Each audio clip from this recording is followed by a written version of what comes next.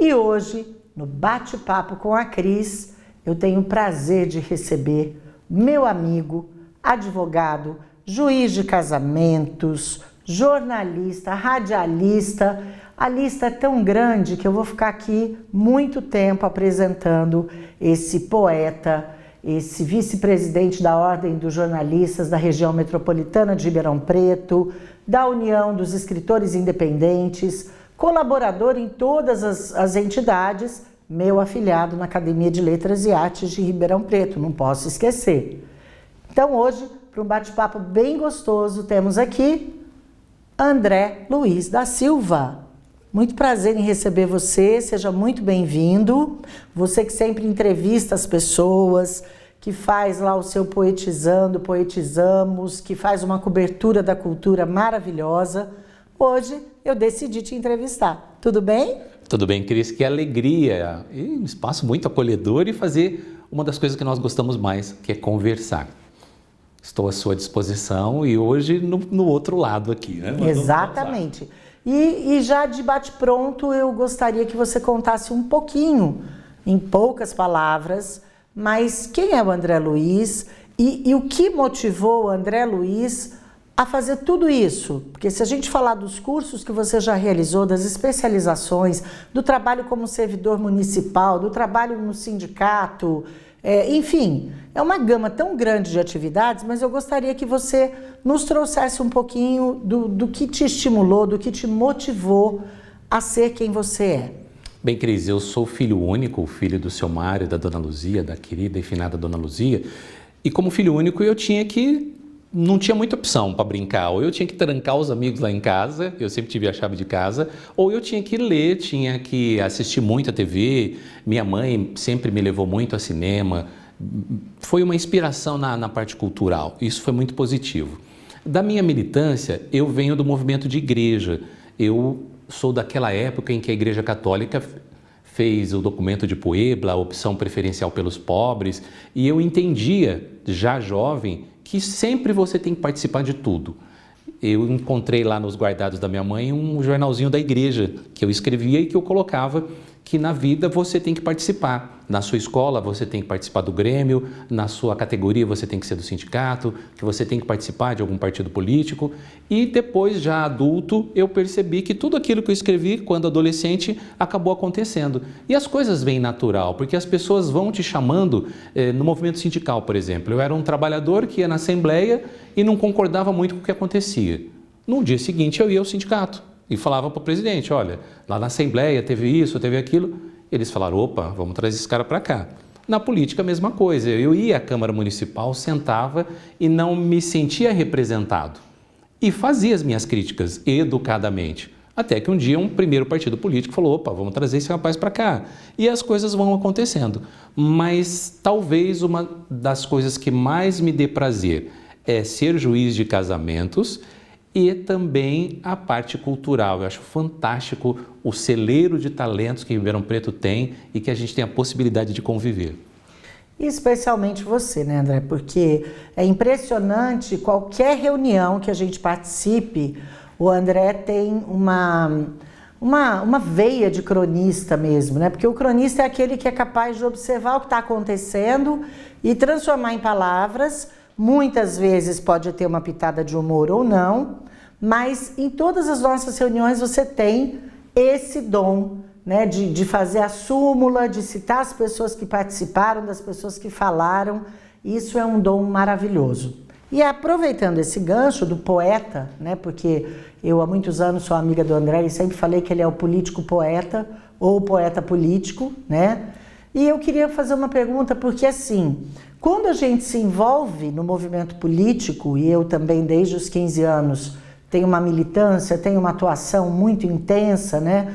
Tive o privilégio de conviver com Ulisses Guimarães, que foi um grande mestre na minha vida. E aí, André, eu percebo que as pessoas nos cobram muitas vezes. Ah, mas você que tem uma espiritualidade muito grande, você que é do mundo cultural, para que você vai se envolver em política? Então eu gostaria que você falasse sobre isso. Por que é importante que as pessoas participem de um processo político? Primeira percepção de que tudo na vida é política. O acordar e dizer bom dia para a pessoa amada, cumprimentar o seu funcionário, o seu vizinho, todos são atos políticos. A política partidária, existe uma campanha muito grande, principalmente de quem já é, para que pessoas novas não cheguem.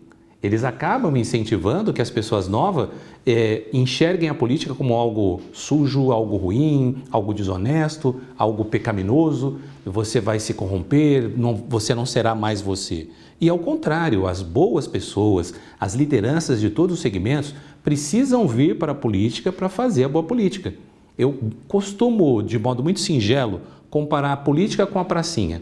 A nossa geração vivia na praça e as pessoas que tinham problemas ficavam à margem da praça. Com o passar do tempo, as famílias deixaram a praça e perderam. Aí os assaltantes, os viciados tomaram conta das praças. A política é a mesma coisa. É necessário que vozes como a sua, que tem experiência, que tem competência, que já viveu o executivo, legislativo, que tem uma rodagem nacional, que dê a sua contribuição efetiva, que coloque o seu nome à disposição. É assim que nós vamos fazer a transformação. É natural que quem é do meio cultural se envolva com política, porque geralmente é uma pessoa que lê, é uma pessoa que raciocina, é uma pessoa que ouve segundas opiniões, é uma pessoa ousada, é uma pessoa à frente do seu tempo. É natural que ela comece a ocupar espaços e também ocupe o espaço político. Exatamente. E principalmente, né, André, o processo de educação. Eu acho que quando nós fazemos parte do processo político, e você foi um dos poucos vereadores que estimulou, por exemplo, a produção literária em Ribeirão. Nós temos vários livros que puderam ser publicados a partir de emenda parlamentar que você destinou. Então, essa preocupação, esse olhar, porque principalmente hoje, mais do que nunca, a educação pede socorro. A cultura pede socorro, a questão social, a saúde, é tudo muito importante, mas tudo está muito interligado. Então, eu quero te parabenizar pelo teu trabalho, pelo trabalho de vida inteira. Eu sinto que neste momento você decidiu não colocar o seu nome à disposição, até por estar com outras prioridades na sua vida pessoal, na sua vida literária, e nós também temos que respeitar. Mas fica aqui o meu apelo, porque Ribeirão perde muito com a sua vacância na Câmara Municipal. Então você realmente, que sempre lutou pela cultura, luta por maiores espaços que a gente possa ter nesse meio, que luta pelo trabalhador, luta pelo servidor, e não deixou de fazer isso de jeito nenhum, mas a gente sabe que estar ali no processo político, ter um cargo político, às vezes ajuda a facilitar algumas coisas. Então, eu quero te agradecer muito por estar aqui conosco, por falar um pouquinho da sua vida, que é uma vida que merece todo o nosso reconhecimento, e também fazer esse convite para que você não desista. Não, é perfeito, Cris. Mesmo não disputando a eleição, a gente sempre acaba envolvido, porque é muito necessário. E é necessário também que as pessoas compreendam a dinâmica das coisas. Quando eu chego na Câmara, eu sei que tem um orçamento da saúde e da educação que consome quase mais da metade do orçamento, e que, por exemplo, a cultura era o primo pobre, na minha época menos de 1%. Então, todas as ações, as tentativas de valorizar. Eu acompanhei você na secretaria, acompanhei a Adriana Silva, acompanhei outros secretários, e até certa vez eu brinquei com você, era na Semana Santa, você tem que ir lá, prega o prego do Cristo, tira o Cristo da cruz, arruma o sangue. É a mesma equipe, uma equipe muito reduzida e que se dedica muito. É necessário, e ainda bem que a partir do governo federal, hoje mais timidamente, mas também o governo estadual, começam a direcionar mais recursos, existem os projetos culturais, existem os editais, as renúncias fiscais em favor da cultura, isso tem dado um fôlego, mas ainda é muito pouco e é necessário que o nosso povo tenha, sim, saúde, mas educação e cultura, esse tripé não pode se desgrudar, não pode se separar para que o ser humano tenha a sua plenitude. A partir desse tripé, ele consegue as outras coisas, um trabalho qualificado, uma geração de emprego e renda, condições para suprir a sua família. Enquanto isso não acontece, quem está na política tem que lutar por projetos de transferência de renda, tem que lutar por qualificação, tem que proporcionar que efetivamente esse país seja menos desigual. E a nossa Ribeirão Preto, tão amada, continua sendo muito desigual. Você olha para a Zona Sul, parece que está na Europa, olha para a Zona Norte, parece que está na África. Isso não pode, essas distâncias não podem. E cabem ao legislador, cabe ao prefeito, aos secretários e à sociedade civil organizada se empenharem para que essa realidade seja alterada. Inclusive, né, André, na vida partidária, aqueles que se engajam, que participam, eles também podem fazer a transformação para homens e mulheres que se preocupem, porque homens e mulheres preocupados de que se a população tiver acesso à educação, à cultura, ao esporte, com certeza nós teremos menos gente doente, menos gente sofrendo, menos gente na linha da miséria, passando dificuldade, passando fome, né?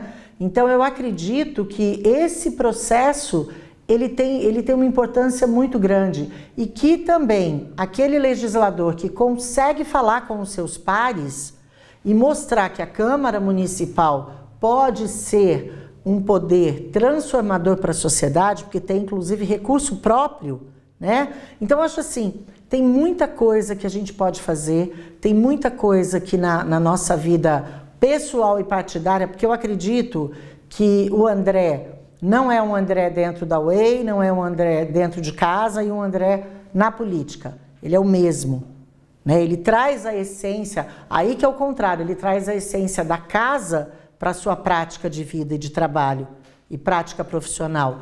Então, acho que nós precisamos mais disso, de gente com coração, com amor no coração, amor à cidade, mas acima de tudo, respeito às pessoas. Então, eu acho que uma das coisas que eu mais admiro em você e pelo que eu acompanho da sua vida é exatamente isso. A sua teoria ser condizente com a prática e sempre gentil, sempre tratando as pessoas com muito respeito. E eu sou adepta de Exupéry, não só pelo Pequeno Príncipe, mas principalmente por Terra dos Homens. E ele fala, respeito pelos homens deve estar na ordem do dia, deve ser a primeira prerrogativa para qualquer ação. E eu sinto que você traz isso muito forte na sua vida pessoal e na sua vida do dia a dia. Então, nós precisamos de mais gente como a gente, fazendo gente feliz. Cris, nós precisamos de pessoas de verdade e que façam as coisas de verdade. Nós participamos de alguns grupos de WhatsApp, por exemplo. Tem uma pessoa que está adoentada. As pessoas postam uma mãozinha assim. Eu paro para fazer uma oração para aquela pessoa. E você também. Tem alguém que está doente? Eu pego o telefone, você está bem? Você vai e pega para falar. Geralmente a gente não fala no grupo, a gente vai no particular. Então, esse cuidar de pessoas que se mostra presente nos relacionamentos interpessoais é o desafio de se levar para a vida pública. Exatamente. Quando você senta naquela cadeira, quando você começa a estudar um texto de lei, você tem que perceber que você está impactando gente. E por vezes eu vejo alguns políticos, alguns candidatos, às vezes eu vejo no contexto do Senado, da Câmara dos Deputados, eu falo, gente, mas o ser humano está no último, não está na prioridade, ali na lista de prioridade deles é em último lugar. E tudo nós fazemos pelo outro. Então esse cuidador, o vereador é o que cuida da cidade, que cuida do povo, é a vocação daquele que o faz no dia a dia, mas que também se prepara. Não adianta só ter boa vontade. Sim. É importante você ter preparo, ter trajetória, se acercar de pessoas competentes, saber se aconselhar. E nisso eu entendo que as nossas histórias se cruzam, porque eu sempre te admirei também, vi as suas batalhas, por exemplo, na reforma do Teatro Pedro II, aqueles jovens se mobilizando, e eu ali acompanhando. Puxa, que legal! As brigas pela cultura, pela produção literária, essa revolução que aconteceu lá na fundação do livro, esse cuidado de integrar todas as entidades, e é isso que falta e é isso que nós devemos valorizar. Valorizar a participação feminina de verdade, valorizar a participação dos negros, dos afrodescendentes, do movimento de trabalhadores, das donas de casa e dizer, gente, não caia nesse engodo de que tudo está perdido, de que política não tem jeito, porque existem pessoas boas sim, a política é um meio que pode fazer muito bem sim. Exatamente. E a gente precisa desmistificar isso, né?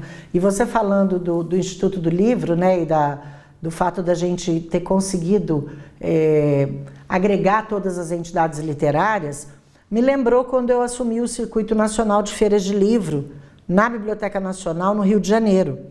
Nós conseguimos catalogar na época, André, 72 entidades literárias do Rio de Janeiro que não se conheciam, que não se falavam, que nunca haviam pisado no jardim da Biblioteca Nacional, porque era tudo muito fechado, um acesso difícil, e aí eu rendo minhas homenagens também ao Galeno, como presidente da Fundação Biblioteca Nacional no Rio, que ele abriu as portas.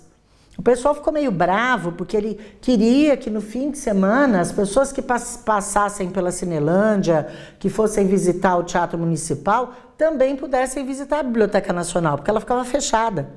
E nós conseguimos realizar grandes eventos literários lá nos Jardins. Eu lembro que a Elisa Lucinda declamando, a Fernanda Montenegro do lado, a Ana de Holanda do outro, e eu olhava para aquilo tudo e falava, gente, isso é maravilhoso, né? Então, a festa literária das UPPs, que foi feita no Morro de Santa Teresa, no Morro da Dona Marta, e com Ariano Suassuna fazendo a sua fala e aquele pessoal num silêncio absoluto. Então, assim, são marcas que a gente vai levar para sempre.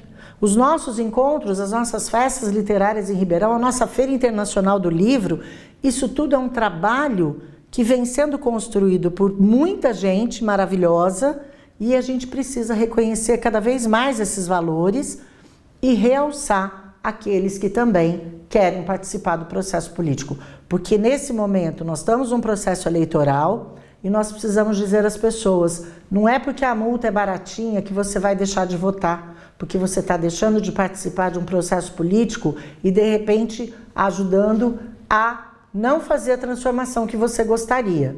Porque eu tenho ouvido muito isso de várias pessoas, eu gosto muito de você, tem gente muito legal aí na política, mas nesse momento eu não vou votar não.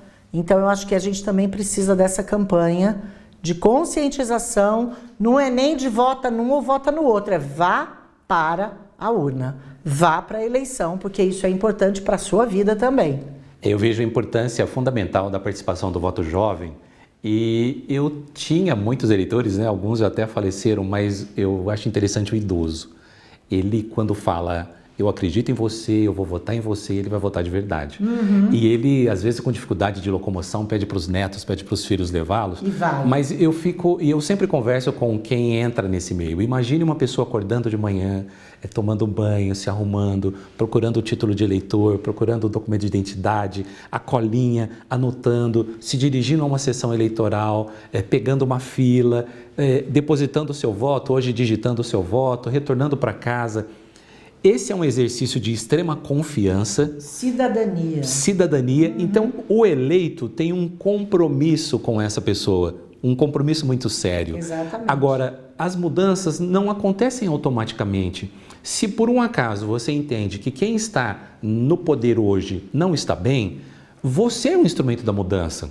Por outro lado, se você entende que está tudo perfeito, você precisa ratificar o que está perfeito. Vai lá, então, deposite seu voto no modelo que você acredita que é o melhor. Agora, a omissão não é cabível no momento em que a sociedade clama por tantas transformações.